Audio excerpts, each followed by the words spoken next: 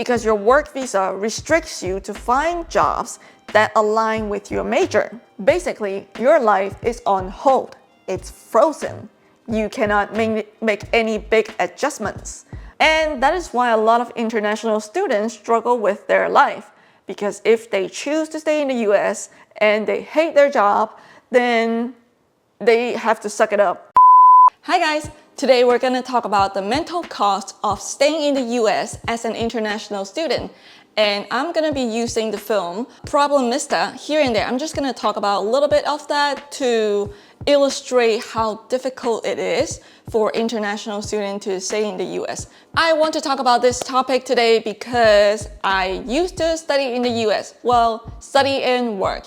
And I still have friends there, and you know, at the time I really want to see a video on YouTube that get a feeling that someone understands me, you know. So yeah, that's why I'm making this video. And sometimes I feel like international students are struggling to choose whether they should continue to stay in the US or leave and go back to their countries, because it's really hard to pick. You put a lot of money in your US education, you want to get the most out of it and maybe immigrate to there. But at the same time, immigration laws are really tough and they have a very high bar for international students to stay. And so, yeah, I just want to explain the cost, the mental cost for those international students, for them to, you know, consider if they decide to stay in the US. Because sometimes you may lose more than you gain if you choose to stay. The hardest part of staying in the US is not just about finding jobs. It's about trying not to get deported. I don't understand. Why would you get deported if you are staying legally and did not commit any crime? Here's the thing. If an international student gets laid off from their job and they cannot secure another one within a couple of months, well, automatically they become illegal to stay in the US any longer. But why? Because their visas have restriction on how many days they can be unemployed. And that is the first mental cost of staying in the US, which is the fear of losing your job. The film Problemista talks about an immigrant, Alejandro. He immigrates from El Salvador to the US to be a toy designer, and he tries to find a job within that industry, but he fails. So he ends up working for a tech company, but unfortunately, he gets laid off. So he needs to find another job again. They illustrate his fear on finding another job within that short amount of time is so accurate, because there's one scene with an hourglass, so it shows the time is passing. So Alejandro is running out of time to find another job. It represents what I felt back then, like when I tried to find a job, because I was running out of time back when I finished my studies and I tried to find a job. Because if I don't find a job, then I will lose the rights to stay in the US. And that's also the case for Alejandro. So yeah, when you work in the US, you actually cannot take a gap year or gap month to take a break, rest, or if anything happens to you or your family, you just cannot afford to take a break, because again, you will get deported. Let me explain a little bit how you will get deported, because it's kind of confusing. Let's talk about the most common visas that international students get, which are OPT and H-1B. For OPT, let's say I graduate from a university, so then I have 60 days grace period to find a job. So you can be unemployed within that 60 days. And then after that, you will get a card called EAD that allows you to work a year or 3 years, depend like if you're a STEM major or not. So generally, if you're not STEM major, then it's gonna be a year. After that 60 days of grace period, if you still can't find a job, you still have 90 days of unemployment to find a job. And that 90 days of unemployment days is the quota for the entire year, which means if you use up that 90 days, before you even find a job. You need to leave the US by October or November, something like that. So that's how it is. And here's a different scenario. Let's say you are able to find a job in September, but unfortunately you get laid off in January and you are not able to find another job within that 90 days. So you gap for those 90 days, then automatically you lose the rights to stay in the US. That's how stressful it is. If you want to stay in the US, you have to find another job within that 90 days. It's a lot of stress on international students. Especially now, like it's really, really hard to find a job to begin with, let alone you get laid off from your work and you try to find it again. That's tough. And you know how tedious the interview rounds, the job hiring processes nowadays. It's really hard to find another job to line up within 3 months, okay, 90 days. There's a second point that I want to talk about, not being able to take a break from your job. What if your boss is a terrible person and you want to leave them for a different job? You cannot, not easily. Because of the 90 days unemployment days, you are under a lot of stress to find another work. So it puts you in a really weak position to choose a job because you know it's hard to find a job. And if your boss is a terrible person, you just have to suck it up. Like if you want the job experience, the work experience, you really have to think on it from international students' perspective. You know, after you put $50,000 to $100,000, $200,000 for your tuition, for your education, and you want to get some work experience after that, but your boss sucks.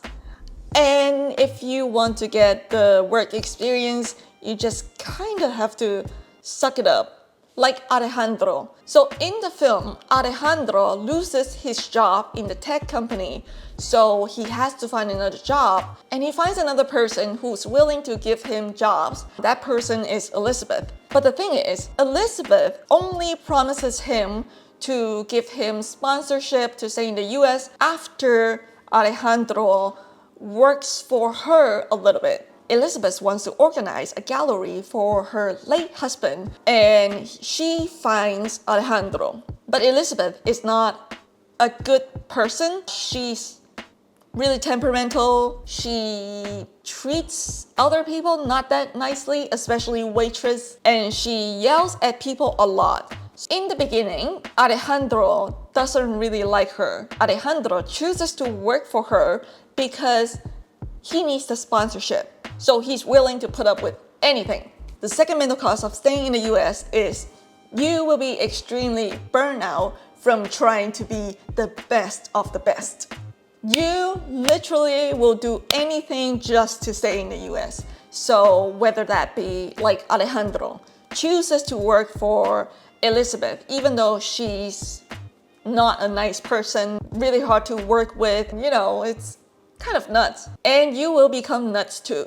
You will network a lot. You will choose to win a lot of awards. You will publish a lot of papers, join a lot of clubs, blah, blah, blah, blah, blah. You get a lot of achievements. Maybe you can use it to apply for EB1. Yeah, EB1 or O1. When you look at the achievement criteria for EB1 visa or O1 visa, it's insane. EB1 is literally reserved for Oscar winners, Olympic athletes, or renowned professors. But you know, like a lot of people are willing to do a lot of work to get O1 or EB1, especially EB1.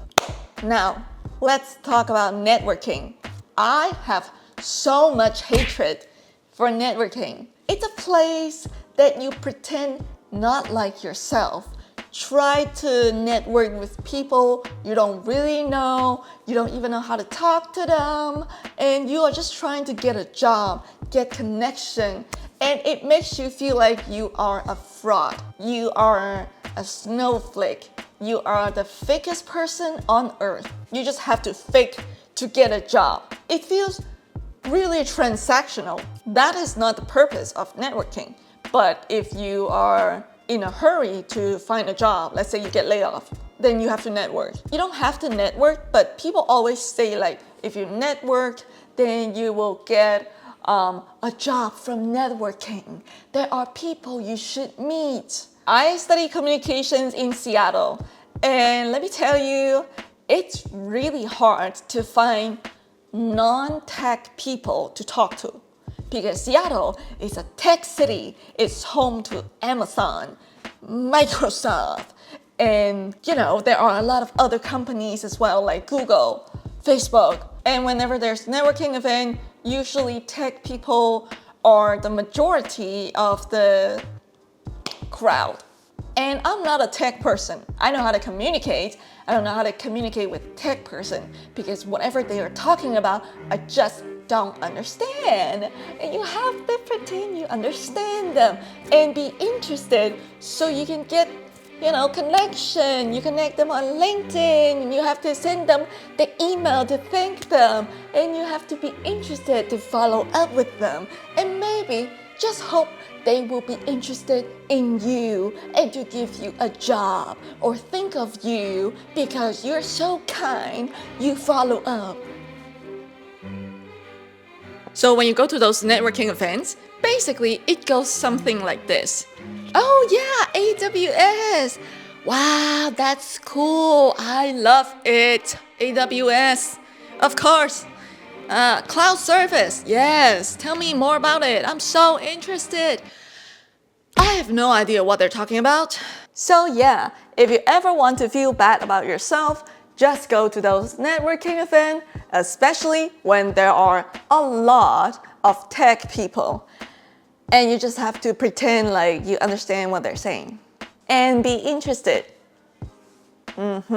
When you're so desperate to find a job to stay in the US, but you cannot find a job, then you would go for a route that's similar to Alejandro, which is you're gonna look for a rich person to sponsor you to stay in the US. The chances of that is slim. Where do we find rich sponsors?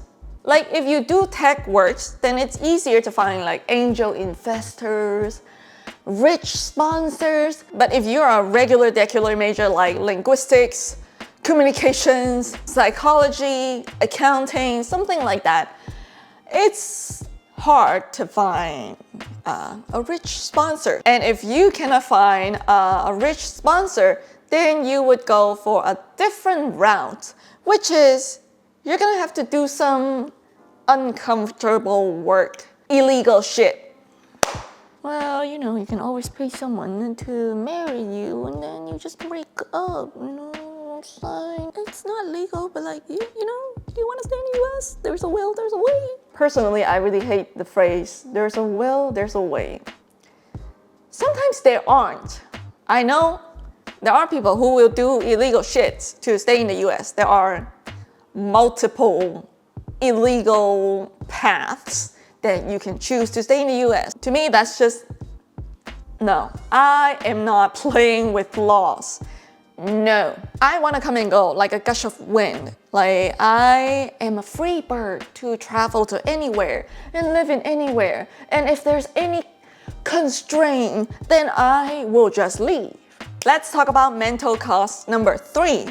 You have to bottle up your feelings because no one will understand you. Like no one, not your American friends, not your friends back at home, no one. Like even though they try to understand you, it's not the same. Like even though you walk them through the immigration process, tell them how difficult it is for you to stay sane or just stay in the US, it's hard. They will not understand. And if you want someone who understand you, you're gonna look for people who are on the same boat as you. And if you want someone to understand you, you will have to talk to another international student. The worst part of bottling up your feeling is that you have to think for your American friends because they're trying to comfort you, they're trying to make you a little bit happier. They are trying to find solutions for you, but they really can't. They can't. So you have to pretend like everything is fine. thank you, I am great, I am not that sad, but you really are really sad and depressed. But you just have to pretend like you're not depressed. Yeah, everything is fine. And sometimes when you're so depressed, you cannot see things straight. For example, when you see another Americans walk by and then they're complaining about their mundane life, like just some little inconvenience in their life, and they complain a lot, it will trigger you because it will make you think like, how come they complain about such nonsense? How come their lives are so easy? This kind of thinking makes you even more depressed. But it's not their fault to complain about anything because people complain about life, like a lot of us do. And it's just when you're in a depressed state, when you're so, you just cannot listen to any reasons, any empathy, like you cannot listen to anything other than solutions. Also, if you are an international student who are able to secure a 3-year OPT or a 6-year H-1B visa, you will feel isolated year by year because all of your friends who understand you are leaving. Maybe they're not so lucky to secure a job or they have to leave for some reasons and you're the only one who stay behind and you cannot make any new friends. Like as you age, it gets harder to make new friends. And also like you want friends who understands you deeply. Like you can share your mental state, you want to share your thoughts, you want to share your immigration life. And it is a bad cycle because you feel more depressed, you want to talk to someone, but you don't have those friends. And when you try to make new friends, they're not able to understand you, and that makes you even more depressed and not want to go out and talk to people, and you become more depressed. We are at the final mental cost of staying in the US, which is your life is on hold. Well, what do you mean by that? I meant the plan you have for your life is on hold while you're staying in the US. That is because the immigration process to the US is extremely long. Like we're talking about 3 years to 10 years. It largely depends on your jobs and your place of birth. But why is it so long? So let me walk you through the process. You graduate from a university and you want to apply for OPT. And depends on your major, you may get a 1-year OPT or a 3-year OPT. If you are a STEM major, then you get 3 years maximum. And every March, the US government will do a lottery draw for H-1B visas candidates. And if you want to stay in the US to work longer, then you would want to apply for an H-1B visa. An H-1B visa allows you to work in the US for 6 more years. So if you have a 3-year OPT and you fail the first 2 chances to win the lottery, then you wasted 3 years just to get the lottery. Now, let's say you're lucky enough to get the H-1B visa on the 3rd year. You also have to find a sponsor to help you to apply for PERM, and PERM takes 2 years. And the final step of the immigration process is to file Form I-485, which is an application to register permanent residence or adjust status in the US. And if you file that and you pass that, then you will get the green card. Yeah, so this whole process can take up to 10 years, which is a lot. So yeah, imagine this. During this 10 years of waiting, you happen to buy a house or have a family in the US. And during your time of waiting, you are so unfortunate that you get laid off from your work and you're not able to find a job within 90 days or the 60 days grace period for H-1B visa. Well, then you have to sell your house, you have to move your entire family back to your country of origin. 10 years is a lot. And people change their mind within a couple of years. So let's say I want to switch to a different career during my time of waiting.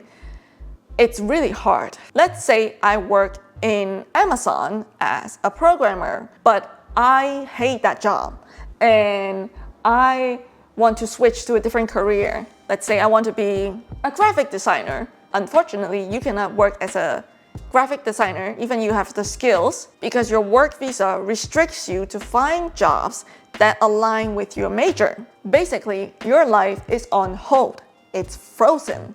You cannot make any big adjustments.